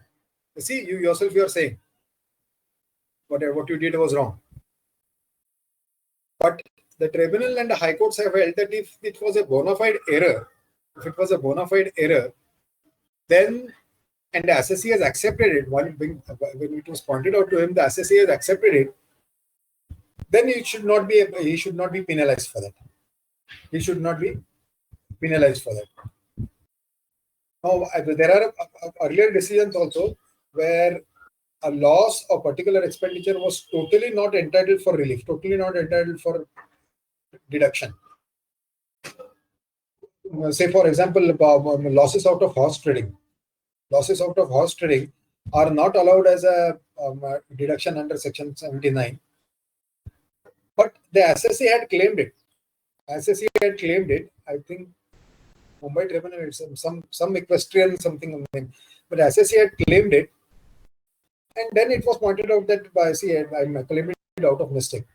That was held to be allowed. I remember a decision of one Sunil Vora. These are old earlier decisions, but I am making a mention of this because it shows what is the reasoning adopted by the tribunal. There was one decision of Sunil Vora where the SSE had some addition happened of 222E, deemed dividend, 222E. And in penalty proceedings, the SSE contended that, look, I am an engineer, I hardly know any income tax. 222E is an artificial income. Which is not normally considered as an income by a common man. A common man normally does not construe it to be an income. And therefore, I did not offer it for tax in my return. The tribunal referred to quite a few earlier decisions of the tribunal itself. And one particular decision, a very amusing one, the observation of the tribunal, a very amusing observation. The tribunal held that the assessing officer has made addition by saying that this particular expenditure was not allowed by virtue of this provision, and the assessor's case was, see, I am a layman, I didn't know what the income tax is. Assessing officer says that no, this is no excuse. You having no knowledge of law is no excuse, and therefore addition was made. But the member on the bench very frankly admitted that this particular provision exists on the statute book. I came to know for the first time. How can I expect the poor SSE to be aware of this? So on that basis, the penalty was deleted, referring to that old decision in Sunil Vora's case, 32 SOT. Sunil Vora's case, a penalty because of addition of 222E was also deleted. Because of 222 also deleted. Similarly, there were cases where in the assessment, addition was made by virtue of Section 23(1)(a), deemed let out. Well, the assessor's case was I have not actually let out. Assessing officer said that no, but under the section you should have offered it for tax. It is presumed to be your income. So there also addition was deleted by the tribunal, saying that, see, all that the assessee is required to show is facts. 271(1)(c) penalty, that is concealment or your furnishing of inaccurate particulars. Can only be vis-a-vis facts. There cannot be anything called as concealment of law or furnishing of inaccurate particulars of law. And also, we have to see what were the facts stated by the SSE. Has he actually let it out? Answer is no. Then it is no part of. Then you cannot hold him responsible for not showing it in his return. If he has shown that he was owner of more than one premises, then the inference should be drawn by the assessing officer. Assessee has not concealed anything. So, friends, the reason why I am pointing this out is there may be some difference now from when your 270A becomes applicable, because 270A does not use the word concealment of or furnishing of inaccurate particulars. It says underreporting of income or misreporting of income. Now, income, the word income by itself is a legal concept, not necessarily factual. Your deemed dividend 222E is your income by virtue of a legal fiction. 23(1)A, your deemed let out is income by virtue of a legal fiction, notwithstanding the facts that the fact may be something, the actual fact may be something else. So with your advent of section 270A, perhaps there may be some change in the law and some other arguments may have to be addressed to the bench. So that's it, friends. I have come to an end. There are any questions? Yeah, there are questions asked in the question and answers box, and also I'd request if anybody wants to ask question verbally, I will unmute them. Just raise their hands virtually. But one second, I'm here. Huh. Right now, I'm not able to see any of you. I mean, that is normal thing. I mean, I'm supposed to. Yes, I'll switch my video on. But generally, this is a webinar module, so not a meeting one. So we can't see everybody. Correct. I'll have to manually unmute. I'm just asking. Yeah. Okay. No, whatever. I mean. So Sanjeev Patankar sir has asked this question for the first case, which is I think the case of Anand Kumar versus Assistant CIT. Yes. He has asked the question: this decision will be applicable for tax audit in case of partners. Correct. Very correct. Because you see, the decision is the ratio is that it is the partnership firm which has done the business. The partner has not individually done the business, notwithstanding the fact that salary and interest may be accessible under 28(5) as a business income. Nevertheless, fact remains that the turnover that you are going to take into consideration for the purpose of deciding whether or not 48AD applies, that turnover should be of the such SSE who actually does the business.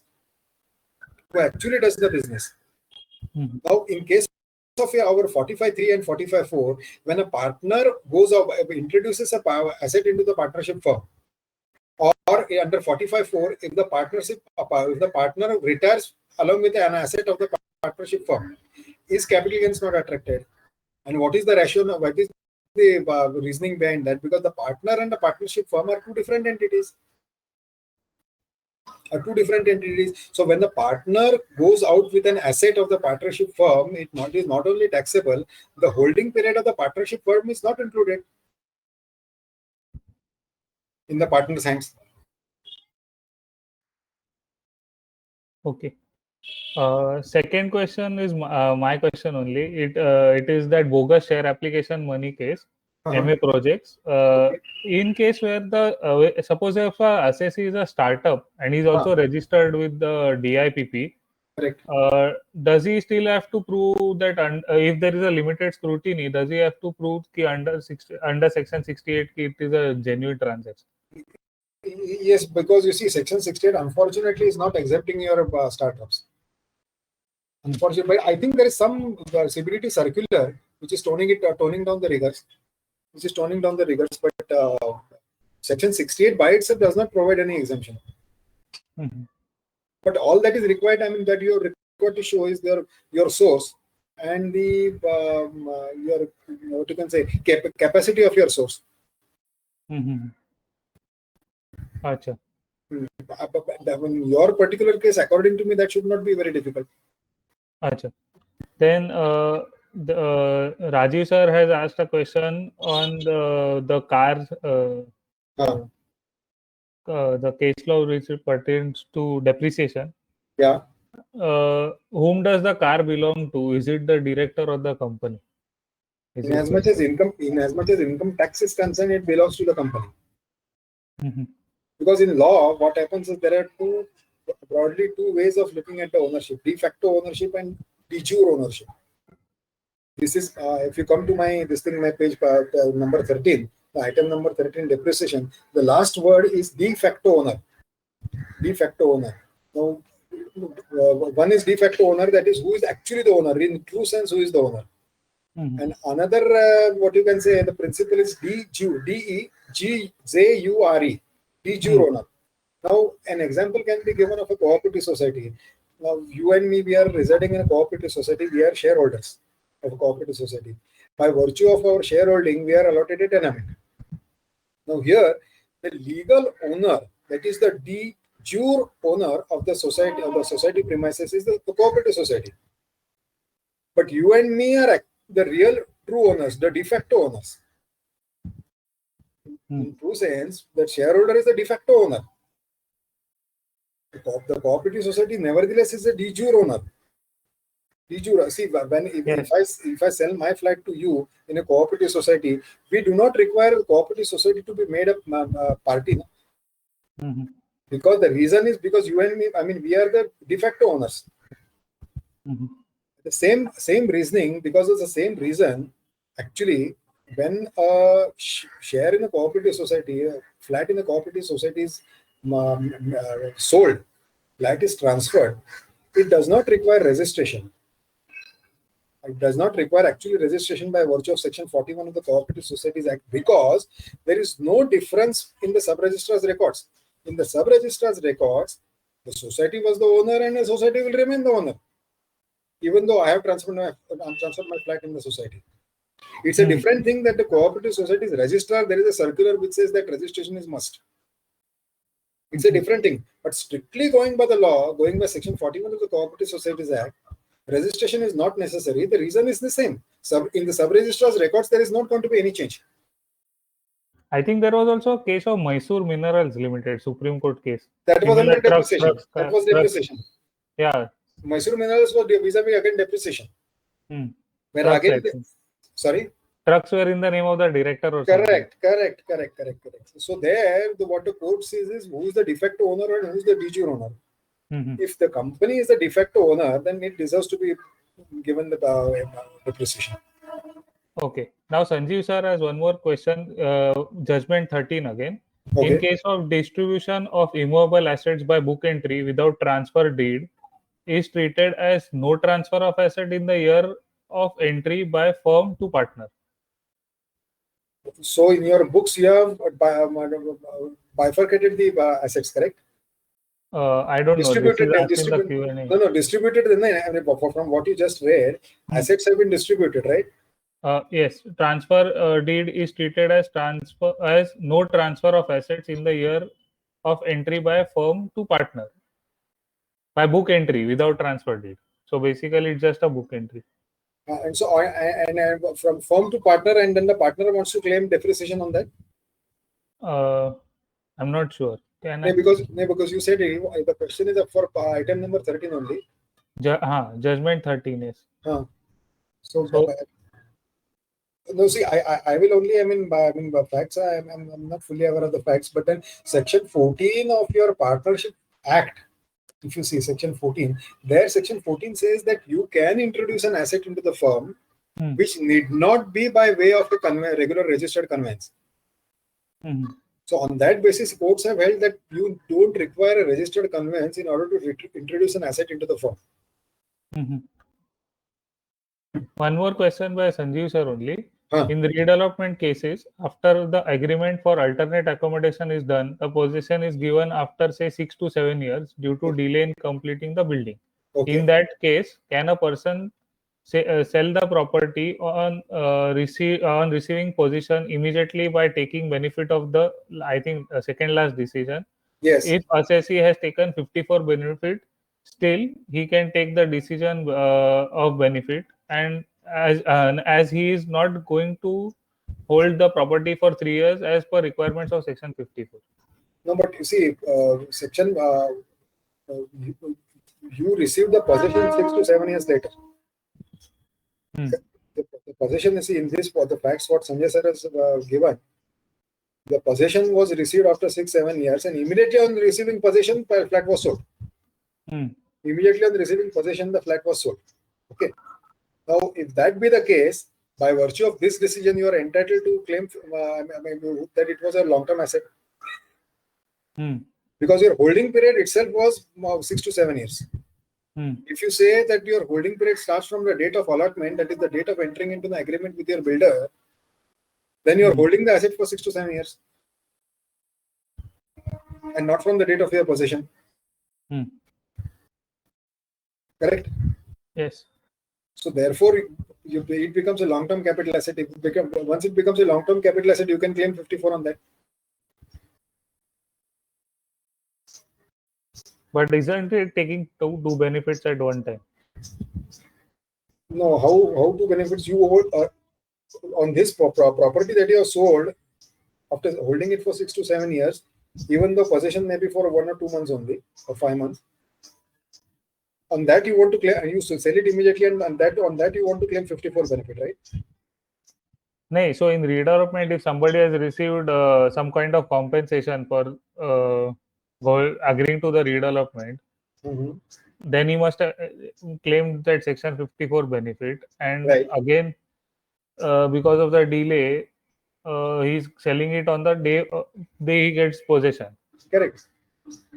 So first, I think first time if he has claimed that benefit while offering for capital gain, then can he claim it again?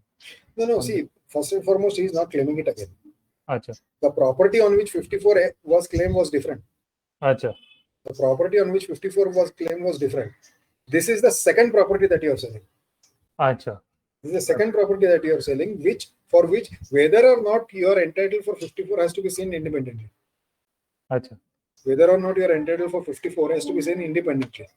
So basically, the first property gets demolished. So that Correct. is different 54, and the Correct. new property, even though if it is not constructed, that is a separate 54. Obviously, because in redevelopment, I'll give you a slightly different example. In redevelopment, supposing I receive 4 flats.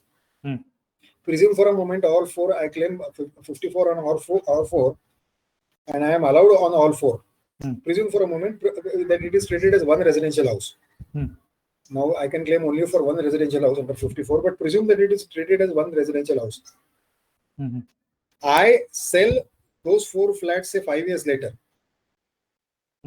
Isn't section 45 going to get triggered again? Achha. So when you sell a redeveloped property, actually speaking, you are landing up with 2 different capital gains. Capital gain number 1, when you surrender your property to the builder, then you get a new premises on which you might have claimed 54. You might continue to stay in those premises, but those premises, when you sell, the new premises, when you sell, another capital gain will come into picture. And these 2 properties, that is the earlier one that you surrendered to the builder and the new one that you got, these are 2 different properties. Achha. The property is not one and the same. Okay. So members, if you have any questions, please raise your hands. I'll unmute you and please do ask. Sanjeev sir, again has a follow-up question. 54 benefit was taken for the first property, but due to sale, the flat will not be held by me for 3 years. In that case, whether the last 54 benefit will be lost? The flat is not held by you for 3 years. Then should first 54 not be disentitled? I mean, you should you not be disentitled for the first 54? The first 54 itself, I am saying. Achha.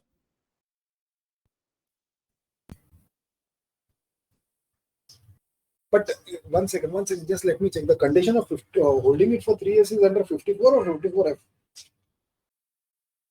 I think 3 years is section 50. I'm just checking the act.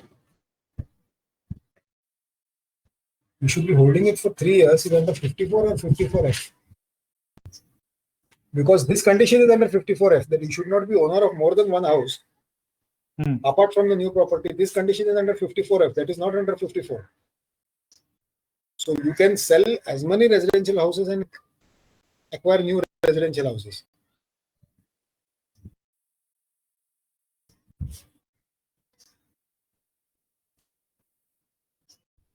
Well, I'm not able to trace it in 54. No, it is not in 54. 54 just says it has to be a long-term capital asset. So it is, I think section 50 says what is a long-term capital asset. 50? No, 50 is computation. No, 50 is your depreciable asset. No? 50 is depreciable asset. Computation of capital gain on depreciable asset. For long-term, short-term is defined by 242A. So as per 242A, it should be long-term. That is what section 54 says. Correct. It should be long-term. For section 54. For 54, even for 54 EC, 54F also. It should be long-term. And if you're referring to 50 depreciated asset, in depreciated asset, I mean capital gain out of depreciated asset, you are also entitled for 54F and 54EC. 54.11, that is. Sorry? No, Sanjeev sir has written it is 54.1 small I, so 54.1 I or Roman small 1.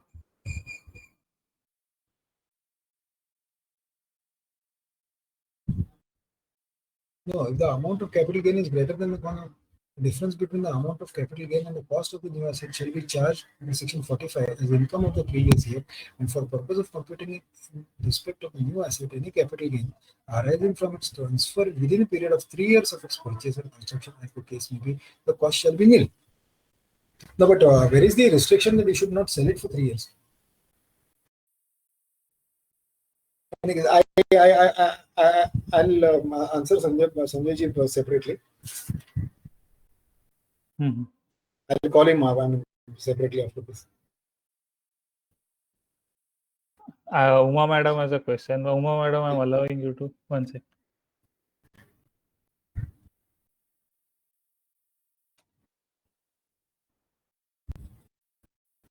Hello, Uma madam, you can go ahead. Yeah, Namaskar. I had a very nice attending your this meeting. Now I have a question, though it doesn't directly related to Hello. case law, but first of all, I have bought a I'm a customer. I bought a property in a building which was delayed to many reasons for almost 2-3 years, 4 years, and I did not get the possession. And the builder didn't get permissions for a few floors also. So now I have to exchange. Okay. Because I can't get on the 10th floor, so I'll have to come down to 5th floor. So it's something like exchange. In that case, in which year will there be a transfer? Will it be a long term or short term? And what will happen? Because now there is a difference in stamp duty. I'm not, as a builder, I'm not going to pay anything more. Not a single pie more, because you didn't get permission. So from 10 to I'm coming down to 5th. So now stamp duty is more when I make the agreement. Correct. Earlier there was only a letter of allotment, no stamp duty. Now what will happen? Will I be covered by the difference in as a builder and as well as a customer? What will happen? I'm worried. See, if I recollect, you have a parallel provision in Stamp Act also, just like you have 50C. In 50C, if you have entered into an agreement to acquire premises and the actual agreement, the actual conveyance happens subsequently, then the regular value for the year in which you enter into agreement where the price consideration was agreed, that will be taken into consideration. For example, if your agreement with the builder happened in 2016, but actual conveyance happened in 2018. In 2016 itself, you entered into an agreement, you decided the price would be 1 CR. At that point of time, reckoner value was say 80 lakh rupees. But after that, you started making payments. In 2018, you completed your payments. In 2018, you entered into a proper conveyance. And in 2018, now what happens is reckoner value is 1.25. Yeah. But your agreement value is 1 crore only. Yes. So in such a case, what happens? So should 50C be applied over here, and the difference between your price, your consideration, and the reckoner value, should it be added? There they have brought in a proviso saying that if the agreement earlier there is an agreement determining the consideration, like in 2016, you agreed upon the price of 1 CR. Okay. Yeah. And in pursuance of that agreement, some amount of part payment has been made in check. Then, if the conveyance happens subsequently, the reckoner value of the earlier year will have to be taken into consideration. Correct. Then you cannot apply the reckoner value of the year in which the conveyance happens. So here in our example, 2016, you entered into an agreement for 1 CR. At that point of time, the reckoner value is 80 lakhs. In 2018, you actually enter into conveyance. At that point of time, the reckoner value is 1.25 CR. But by applying 50C, now you cannot make the addition of 25 lakhs. because your reckoner value to be taken into consideration is of 2016, which is 80 lakhs. But for this to apply, after entering into agreement 2016, you should have paid some amount in check. Otherwise, people will say, Yes, I have paid in cash, and subsequently they may create some evidence. But in order to avoid that, they are saying you should pay but something in is check. the evidence other Sorry? than payment in check, other than payment by check? Yeah. In fact, in my case, I have paid full money in 2017, whereas agreement was for some reason or the other entered into later. Correct. Now, what is this proof? I have not entered into an agreement to sell. And in that case, there is only allotment letter. Is that enough? And after that, full payment has been made, though no formal agreement to sell has been entered into. Of course, issue is whether stamp duty would have paid there. But is that allotment letter is 100% there? Is that enough? Yeah, of course. And in pursuance of that allotment letter, you say you have paid the full amount of consideration, right? In check. Yes. But there is no agreement to sell. So for builder. No, but agreement. Now again, a second. Presuming I won't waste a lot of time on agreement to sell not entered and letter of allotment only, because otherwise who will pay full amount? Now, second question is in 43CA, that is for the builder. Correct. When I'm adding the amount, I'm allowed to follow project completion method. I'm following in that case, will that addition go adjust against my earlier losses, or it will have to be treated as a separate income in that year of conveyance? No. That will you will be assessed for that in the year in which you complete the project only. It will not have any income. Any liability for this particular year. Are you sure? Because Yes, I just yesterday or day before I have received orders for earlier year, I think for assessment year 17-18. So I have to decide whether to go in that Vivad Se Vishwas and complete the matter, no penalty, nothing, because that is the only addition, or because to I did a similar matter. The facts were slightly different. Again, as a builder, I was in project completion method only. And in my case, instead of your 43CA, the disallowance was under 40AI. But that I said that this will have an impact in the year in which I offer it for tax. That was accepted. So in this case, what will happen? Because why then he should have added it in my this year? AO can be wrong. But then whether to go in appeal or not is one question. Secondly, same transactions after 2 years, this year also I'm entering into. One is exchange, as I said. One is agreement, one cancellation and new conveyance. Because see, these are what builder also cannot earn. Builder is actually my client. So in that case, what will happen of earlier acceptance or rejection? See, 43CA all said and done, madam. 43CA is an addition under business income only. The section finds itself under between sections 28 to 43C. The section is under that, the same scheme where all business income is assessed. But then in that case, yes, tell me. So maybe 40IA or 43B or 43CA, they are all for the purpose of business income. And if your business is to be assessed on project completion basis, then how can this particular income be assessed for 1 year and other business income for other year? So we should fight it out, because it is likely to come back again in the subsequent years. And still they are not. What I have suggested is complete the project this year. Pura loss book हो जाएगा 2-3 crore का. वो loss के against ये साल का income finish करके finish off. I don't want these things to be carried forever, and then with faceless assessments, it's very difficult to write out everything, Agree. I fully agree. So what is your advice as a personal advice? My view is that it should be assessed in the year in which your business is to be assessed only, because this is not an addition under section 68 or 69. See, so it's only project. Exactly. It's only a project. So only when I'm allowed, so I'm allowed. I agree. Yes, exactly. Because see, this is not under section 56 also. Yes. See, if your Yes. if your income had been say interest, then you're in case of your Tuticorin Balkari Supreme Court said that you may not be having business income. Nevertheless, you may be having income from other sources. That will apply, and this addition may happen in this year. I can agree. But 43 by addition by virtue of 43 Sure, no.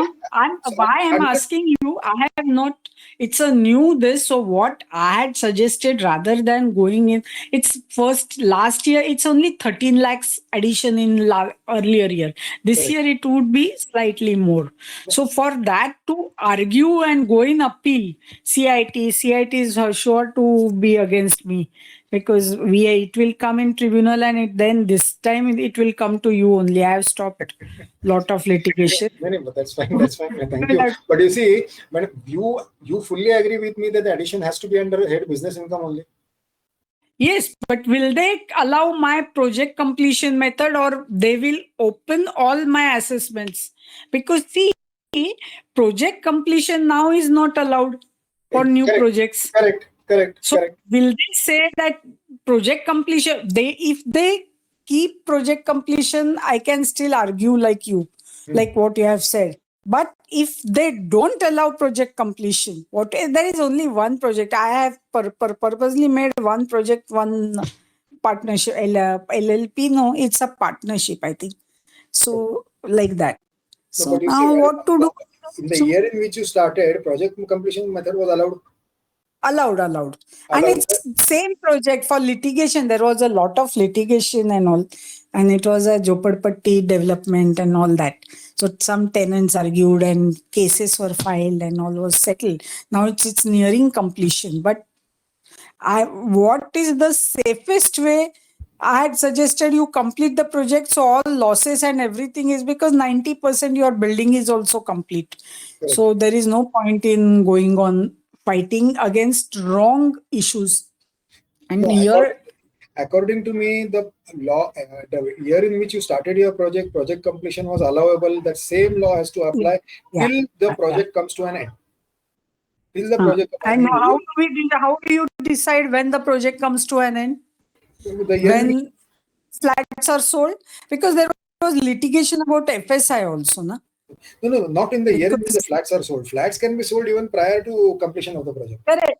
But completion of the building is to be considered when? When is the my project completed? On completion certificate. That's all. That's so all. In fact, under your 45(5)(a) also, the income is taxable in the year in which the project receives the CC. Okay. I will ask him. No, CC is not received. Even now it is not received. Correct. But people have. I'll check up. It's a good point. I will check up. Thank you so much. And I hope it has not bored everyone. Thank you. Most welcome. Yeah. Most welcome. Yeah. Any other questions?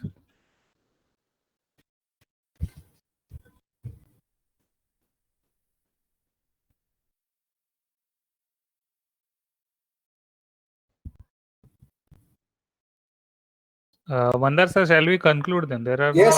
Okay. So thank you for coming today, giving us the lecture and sparing your time on a Saturday evening.